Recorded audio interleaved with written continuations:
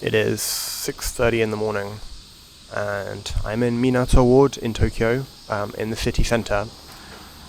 It's already over 30 degrees. It's going to be hot today. So I'm here to visit Atago Jinja, which is Atago Shrine, one of the famous shrines in Tokyo City. I'm actually going to visit quite a few shrines today, and I figured I would start my day off here. Atago Jinja is famous for its stone steps of success. The story is that a famous Edo period samurai named Heikuro climbed up and down the stairs whilst riding his horse, and then he went on to prosper in life. The idea is, if you do the same, minus the horse, then you will also. Alright, here we go, we made it up.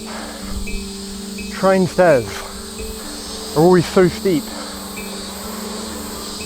There's a sign at the bottom saying no running or exercise here. I can imagine that would be a fantastic workout running up and down those steps all the time.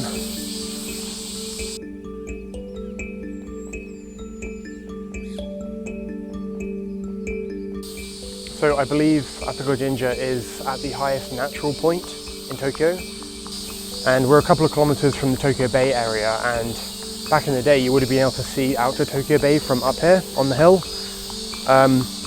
Obviously now we're surrounded by skyscrapers, so that's not going to happen. This small shrine next to the pond, or part of it I guess, is it enshrines, if I can get this right, Kishimahime, which is a kami of fortune and money.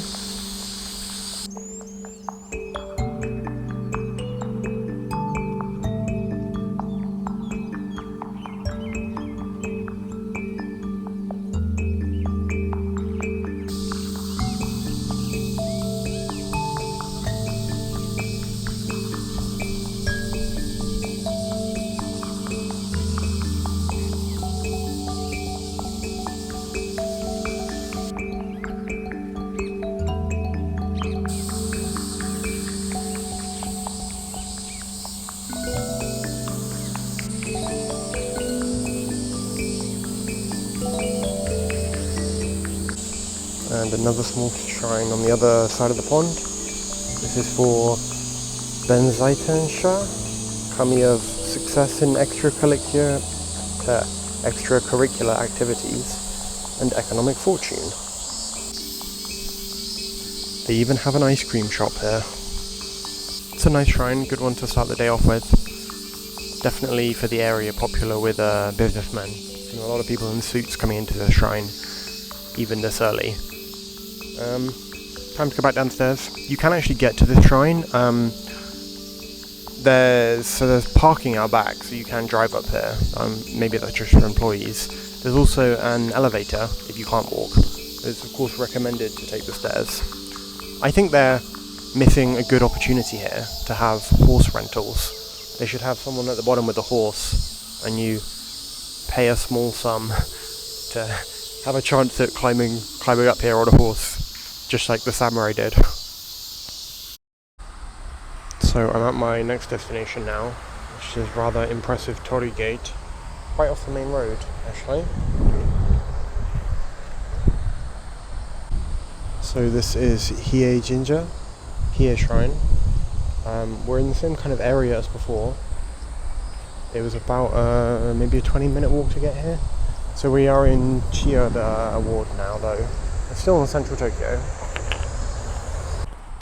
So we're not quite as high up as the last one, but we're still up on a hill here. And so this is actually one of Tokyo's 5 major shrines. There are 5 that are kind of designated as like the biggest and most important shrines. This is one of them. And I think a second one we're actually going to visit later too. Oh, would you look at that? Escalators if you're so inclined. I should have taken them up. It's quite a nice view here. I suppose that's the main entrance. Maybe I took a different entrance. So as you can see, business district. No, it's okay, we're in luck.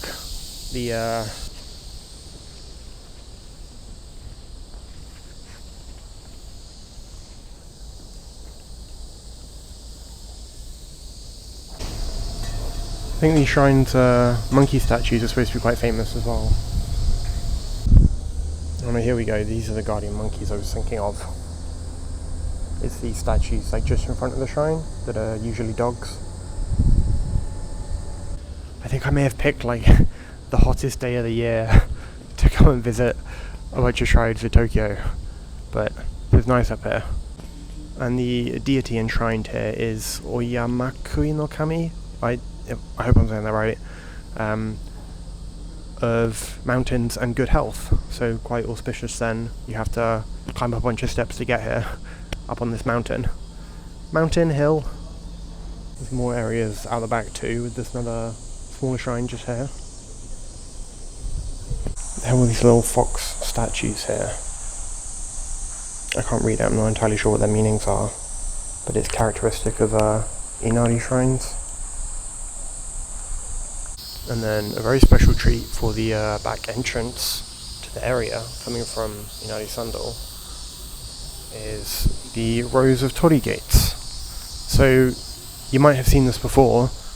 The most popular shrine with the torii gate like tunnels is Fushimi Inari in Kyoto. However, you don't have to go all the way to Kyoto to see. I think there's supposed to be 90 here, so let's go through. Now often at the entrance or exit to shrines, you are supposed to bow through the torii gates. However, I don't think that counts when there's 90 of them. I was kind of worried actually that the torii gates would maybe be closed off when I saw that construction stuff, but no. And this just is the little back entrance that takes us out onto a side street. That looks kind of cool behind me.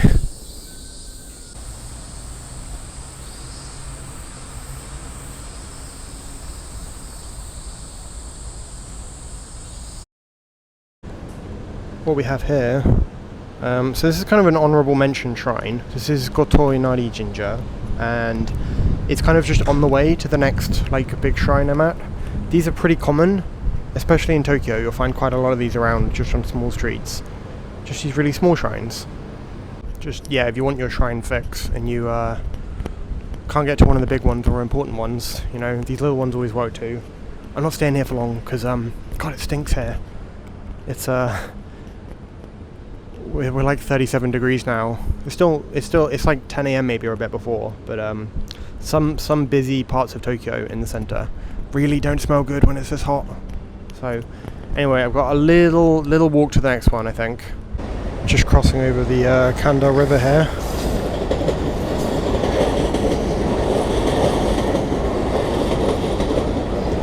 I'm almost at the next shrine, but the heat is actually crazy. I think I need to go sit in a cafe with some aircon for a bit first. But we're only like 5 or 10 minutes away anyway, so I'll look for a cafe.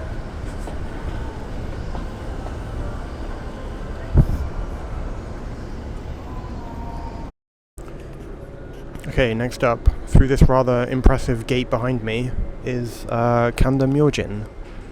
And so we're kind of right next to Akihabara, which is Electric Town, and then Ochanomizu has a lot of universities, museums, and things like that. This gate is enormous. Alright, in we go. You bow as you go through the shrine, through the gate.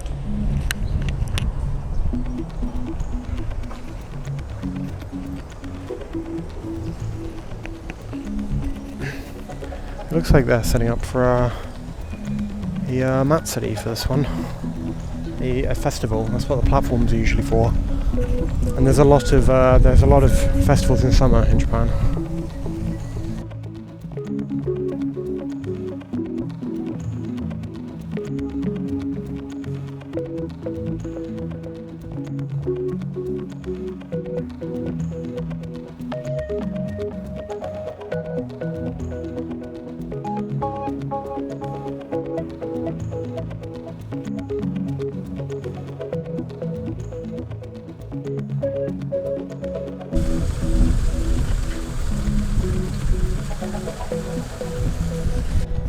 I've heard the talismans you can buy here can actually be used to bless electronic devices, probably because the shrine's so close to Electric Town, Akihabara. I wonder if I should get one for my camera. This is what I like. This is a good shrine. They have vending machines. They even got an ice cream vending machine instead of just drinks. What do I want? That's what I want.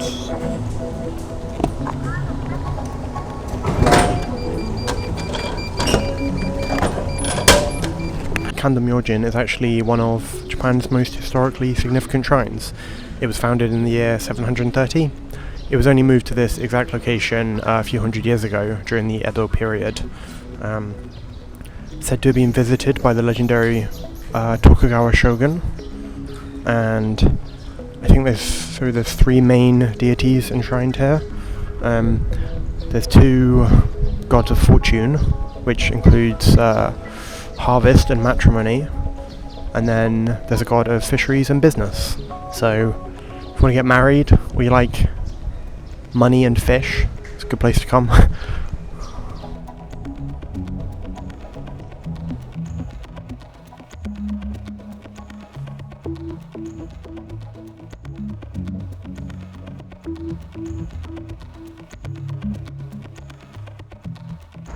Alright, let's leave through the back entrance instead then. Seems like we're up on a hill.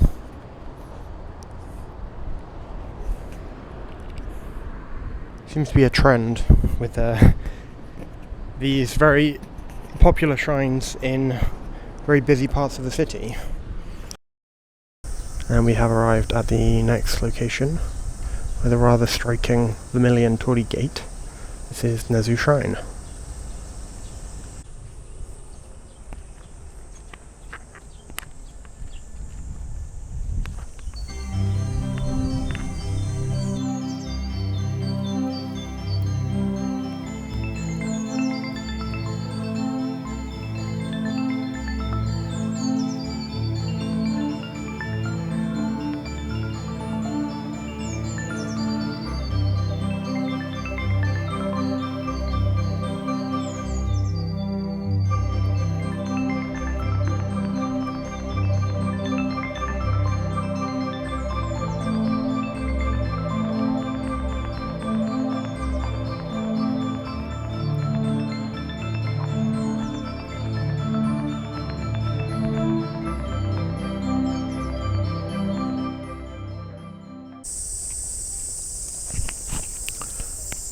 We're lucky here, there's also a tunnel of torii gates to go through.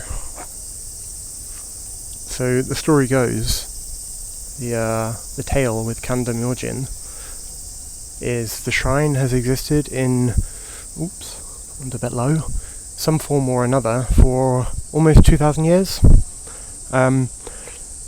It was actually moved to its current site in the 1700s, I believe, and rather miraculously, the shrine survived the Great Kanto earthquake in the 1920s and the Tokyo air raids. It's definitely a lucky shrine. And then also, when the emperor moved the imperial capital from Kyoto to Edo, now Tokyo, such was the significance of this shrine that he discussed it with the priests at the shrine before making the decision. Nezu Shrine is also famous for, in springtime, it hosts a special azalea festival with thousands of different plants, and I think it's over 6 square kilometers of azalea coverage, which is quite impressive. It was a bit before I got here this year, but I'll be here at the same time next year when the festival is on, and I think I might come back and see it, because it does sound quite impressive.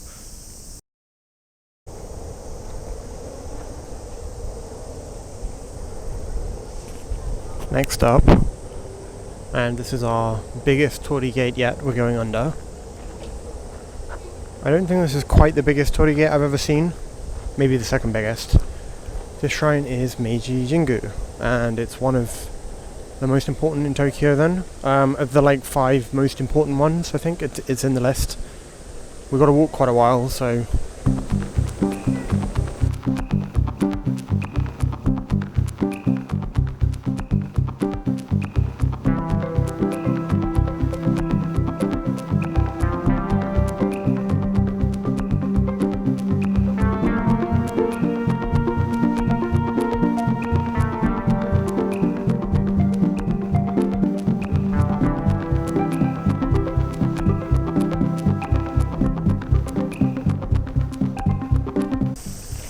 Otori, the Grand Shrine Gate, the biggest wooden torii of this style in Japan, rebuilt by a pious benefactor in 1975.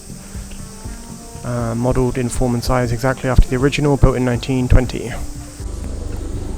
So, despite its significance, the Meiji Jingu Shrine and the surrounding area has only existed since 1920. So, enshrined here, rather than the usual kami, are the souls of Emperor Meiji, the 122nd Emperor, and his consort Emperor Shogun. Very special emperor. He was revered for bringing Japan into the modern age at the end of the 18th century. And this area was mostly constructed with voluntary works, and I think 100,000 trees were donated from all across Japan for the area. And it's I think the shrine and the grounds around it is about 70 hectares of space. So obviously it's a very important shrine to Japan and the Japanese people, and it attracts a huge amount of visitors every year.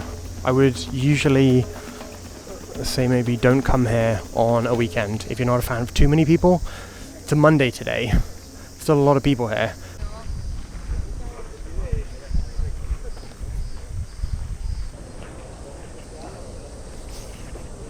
Here's the shop bit. You see at all the popular ones where you can buy your lucky charms, talismans, things like that.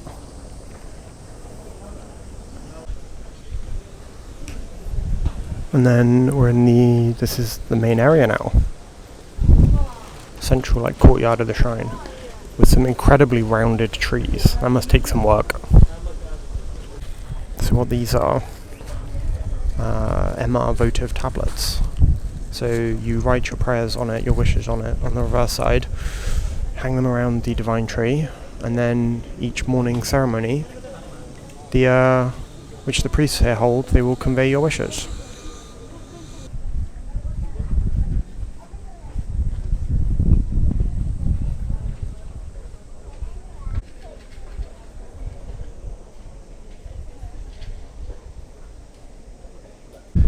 So I think this is a really nice one to visit, even just for the fact that it's got such a large park around it. You know, it's really good to get away from the sounds of the city, and I've been here quite a few times.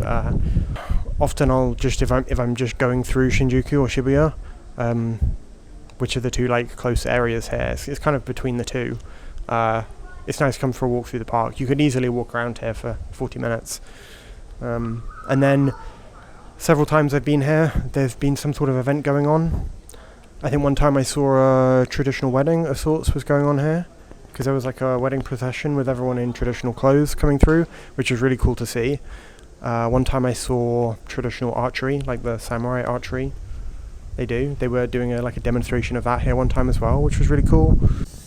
Alright, I'm just gonna go have a stroll through the gardens now. It's always it's 500 yen to get in just for maintenance reasons. Which are pretty cheap, it's a couple of quid.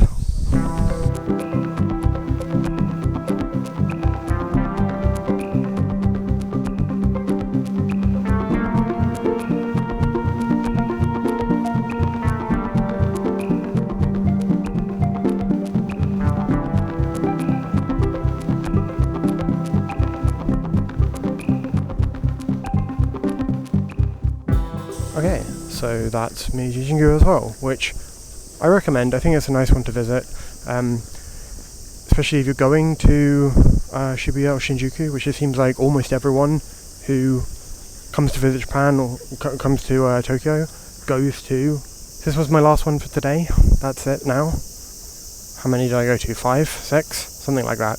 I kind of just figured this would be a little guide on the different kind of shrines you can get.